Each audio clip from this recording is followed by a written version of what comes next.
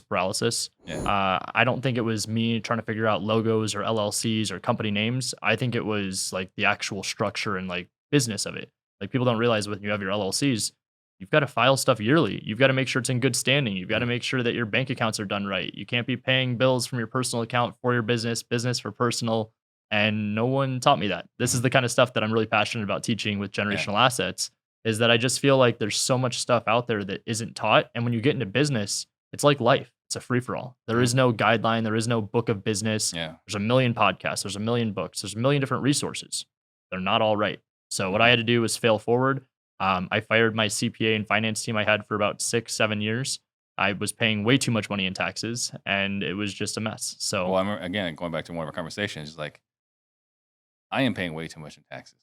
oh yeah, I paid just under 40K last year to a CPA, and this year I'm on track to pay half that, and my tax bill will be multiple six figures less than what I paid last year. Yeah.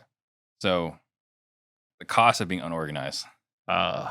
Probably if I had to put a dollar amount on it, 250 to 300 without even hesitation. Yeah. So multiple six figures is the price you pay for not wanting to look at it. And look, that's how most of us are. Like that's kind of how we're wired, right? We want to go hard, charge, go all in, this and that. Yep. And then we'll figure out the money later.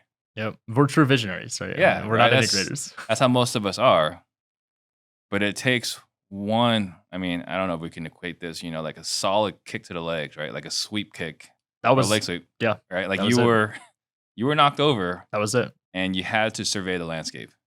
I think this is the best, like, hopefully picture I could paint here for everyone that helped, was that the thing that got me in such a good position was not making 30, 40 deals happen every single month. Mhm. It was going through all those lessons and roadblocks to where, what did I have? I had more time, not closing 30, 40 deals a month. I had time to sit back and think. I had time to talk to the team.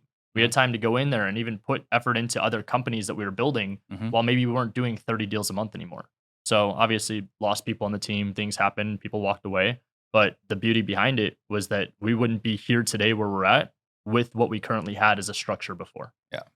So besides the finances, where else do you feel you were unorganized? Dude, I don't know if it's just me in real estate, but I mean, I felt like life in general. Like we always want as humans to have routine. We want consistency. No one Right. likes change. No one likes confrontation. No one likes uncertainty. That's all real estate really is, especially in 2022. Mhm. So I was riding these waves. I was trying to figure things out. Personal life was just the only thing I had stable was Amber. So I think just kind of staying true with her, that was the best thing. Mhm. The downfall was just the fear of the unknown. And what I've learned, at least from years in real estate, is that when the fear hits you, you either nut up or shut up, right? Mhm. Like one of the sayings that I always got told, this is back when I was over at Keller Williams, they're like, don't be the bitch, be the bull. I was like, all right. So Yeah. I just had to be the bull. So Mhm. push through it, persevere. I didn't need any fancy podcasts. I didn't need someone patting me on my back when I got up and made my bed. I just had to be self-disciplined and understand that it's just 1% better every day, 2% better every single day. Were there other things? You're talking about disorganized, right? Finance is a part of it, but like, how about operations? I mean, KPIs, SOPs, they were constantly changing, but that was also the market. And I don't But really did you feel like you were on top of it, or did you feel like I things are think I happening? was before the shiny objects. I think that I had at least a better understanding as to how to go and make $1 million a year business from wholesale, adding in multiple people, adding in different ventures, adding in all that stuff.